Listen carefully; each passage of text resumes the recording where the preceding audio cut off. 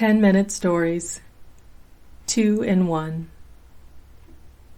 Some idle talker, playing with half-truths, had once told him that he was too self-centered to fall in love, out of himself. He was unwilling to lose himself in another, and that was the reason he had never married. But Lemaitre was not really more of an egoist than is necessary to make a useful man. A too selfless person is ever ineffective.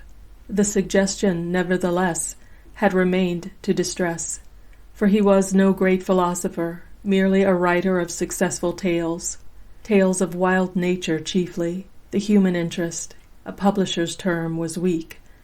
The great divine enigma of an undeveloped soul, certainly of a lover's or a woman's soul, had never claimed his attention enough, perhaps. He was somewhat too much detached from human life. Nature had laid so powerful a spell upon his heart. "I hope she won't be late," ran the practical thought across his mind as he waited that early Sunday morning in the great central station, and reflected that it was the cleanest, brightest, and most airy terminus of all London. He had promised her the whole day out, a promise somewhat long neglected. He was not conscious of doing an unselfish act, yet on the whole, probably, he would rather, or just as soon, have been alone. The air was fragrant, and the sunshine blazed in the soft white patches on the line. The maddening loveliness of an exceptional spring danced everywhere into his heart. Yes, he rather wished he were going off into the fields and the woods alone, instead of with her. Only she was really a dear person, far more now, than secretary and typist, more even than the devoted girl who had nursed him through that illness. A friend she was. The years of their working together had made her that, and she was wise and gentle. Oh, yes, it would be delightful to have her with him. How she would enjoy the long sunny day. Then he saw her coming towards him through the station. In a patch of sunshine she came, as though the light produced her, came suddenly from the middle of a group of men in flannels, carrying golf sticks, and he smiled his welcome, a little paternally, trying to kill the selfish thought that he would rather have been alone. Soft things fluttered about her. The big hat was becoming. She was dressed in brown, he believed. He bought a Sunday paper. "I must buy one too," she laughed. She chose one with pictures, chose it at random, rather. He had never heard its name even, and in the first-class carriage alone he meant to do it really well. They raced through a world of sunshine and brilliant fields to Amersham. She was very happy. She tried every seat in turn. The blazing sheets of yellow, such a spring for buttercups there had never been, drew her from side to side. She put her head out and nearly lost her big hat, and that soft, fluttering thing she wore streamed behind her like the color of escaping flowers. She opened both windows. The very carriage held the perfume of May that floated over the whole countryside. He was very nice to her, but read his paper, though always ready with a smile and an answer when she asked for them. She teased and laughed and chattered. The luncheon packages engaged her serious attention. Never for a moment was she still, trying every corner in turn, putting her feet up and bouncing to enjoy the softness of the first-class cushions. "You'll be sitting in the rack next," he suggested, but her head was out of the window again, and she did not hear him. She was radiant as a child. His paper interested him, book reviews or something. "I've asked you that 3 times, already," he heard her laughing opposite. And with a touch of shame he tossed the paper through the window. "There! I'd quite forgotten her again," he thought with a touch of shame. "I must pull myself together." For it was true. He had for the moment, more than once, forgotten her existence, just as though he really were alone. Together they strolled through the beech wood towards Amersham, he forever dropping the luncheon packages, which she picked up again and tried to stuff into his pockets, for she refused to carry anything at all. "It's my day out, not yours, remember. I do no work today." And he caught her happiness, pausing to watch her while she picked flowers and leaves and all the rest, and disentangling without the least impatience that soft fluttering thing she wore when it caught in thorns, and even talking with her about this wild spring glory as though she were just the companion that he needed out of all the world. He no longer felt quite so conscious of her objective presence as at first. In the train, for instance, he had felt so vividly aware that she was there. Alternately, he had forgotten and remembered her presence. Now it was better. They were more together, as it were. "I wish I were alone," he thought once more as the beauty of the spring called to him tumultuously, and he longed to lie and dream it all, unhampered by another's presence. Then, even while thinking it, he realized that he was alone. It was curious. This happened even in their first wood, when they went downhill into Amersham. As they left it and passed again into the open, it came. And on its heels, as he watched her moving here and there, light-footed as a child or nymph, there came this other indistinctive thought. "I wish I were 10 years younger than I am." The first time in all his life, probably, that such a thought had ever bothered him. Apparently he said it aloud, laughingly, as he watched her dancing movements, for she turned and ran up to his side quickly, her little face quite grave beneath the big hat's rim. "You are!" That answer struck him as rather wonderful. Who was she, after all? And in Amersham they hired from the Griffin a rickety old cart drawn by a still more rickety horse to drive them to Penn's Woods. She, with her own money, bought stone-bottle ginger beer, 2 bottles. It made her day complete to have those bottles, though unless they had driven, she would have done without them. The street was deserted, drenched in blazing sunshine. Rooks were cawing in the elms behind the church.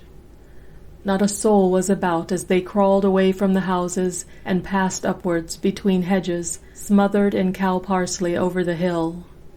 She had kept her picture paper. It lay on her lap all the way. She never opened it or turned a single page, but she held it in her lap. They drove in silence. The old man on the box was like a faded, weather-beaten farmer, dressed in somebody else's cast-off Sunday coat. He flicked the horse with a tattered whip. Sometimes he grunted. Plover rose from the fields. Cuckoos called. Butterflies danced sideways past the carriage eyeing them, and as they passed through Penn Street, Lemaitre started suddenly and said something, for again he had quite forgotten she was there. "What a selfish beast I am! Why can't I forget myself and my own feelings and look after her and make her feel amused and happy? It's her day out, not mine." This, somehow, was the way he put it to himself, just as any ordinary man would have put it.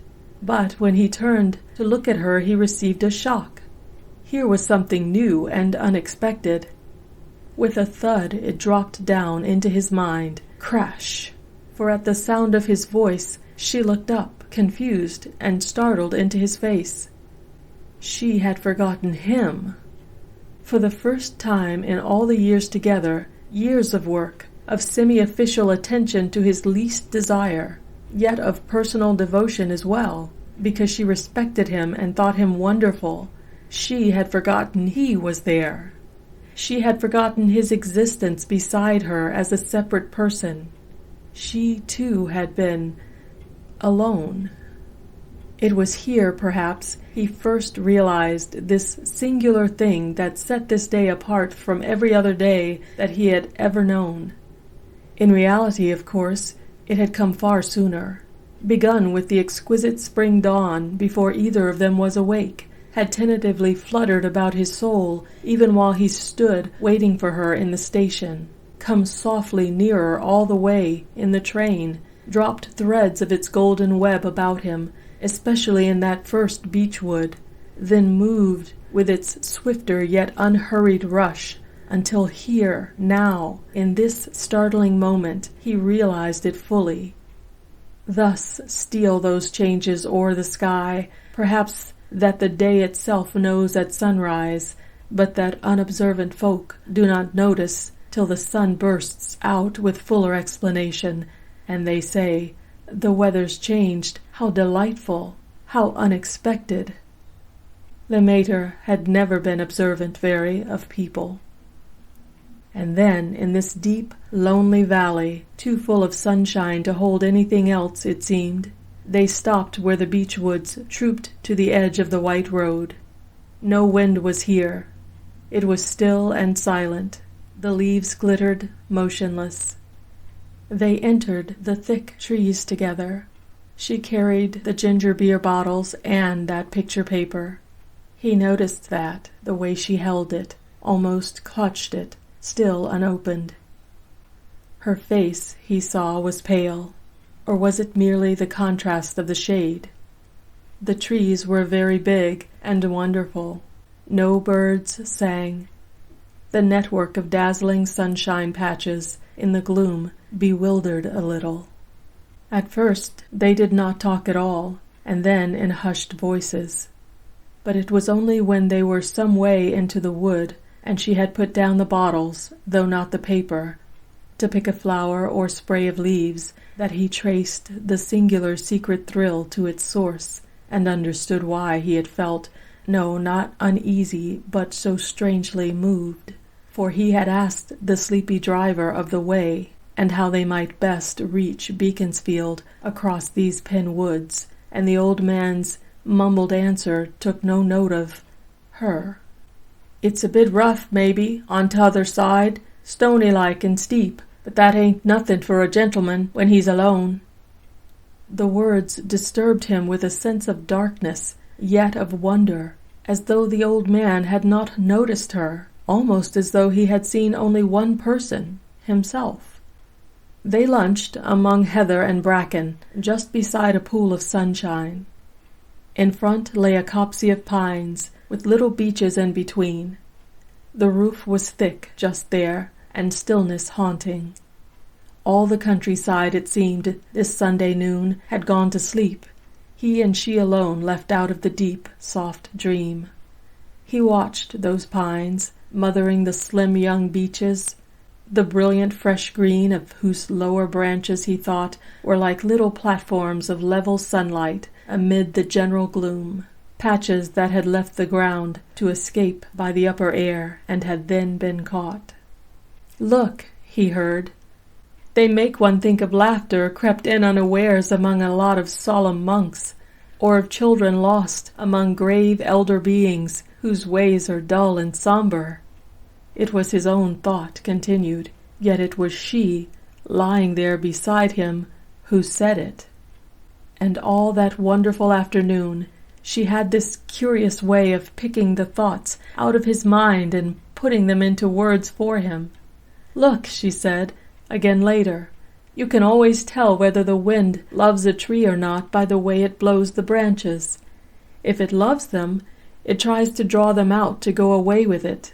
The others it merely shakes carelessly as it passes." It was the very thought in his own mind, too. Indeed, he had been on the point of saying it, but had desisted, feeling she would not understand, with the half-wish, though far less strong than before, that he were alone to enjoy it all in his own indulgent way. Then, even more swiftly, came that other strange sensation that he was alone all the time, more, that he was for the first time in his life most wonderfully complete and happy, all sense of isolation gone. He turned quickly the instant she had said it, but not quickly enough.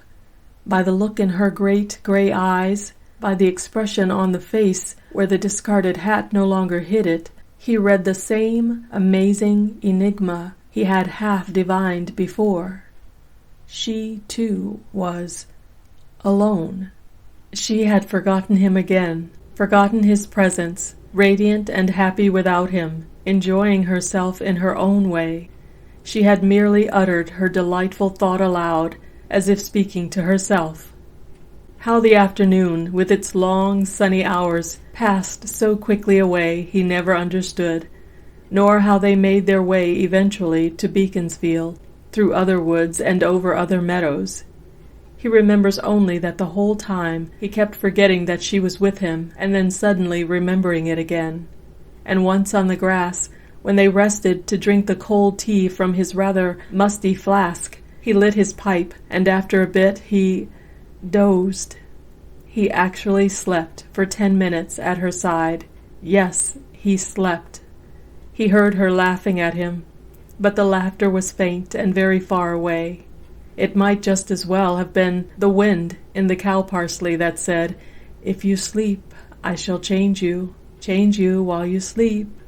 And for some minutes after he woke again, it hardly seemed queer to him that he did not see her, for when he noticed her coming towards him from the hedgerow, her arms full of flowers and things, he only thought, "Oh, there she is," as though her absence, or his own absence in sleep, were not quite the common absences of the world.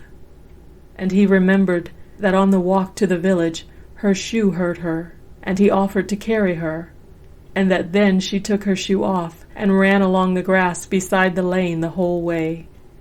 But it was at the inn, where they had their supper, that the oddest thing of all occurred, for the deaf and rather stupid servant girl would insist on laying the table on the lawn for one.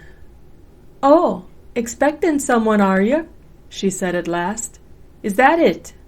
And so brought plates and knives for two.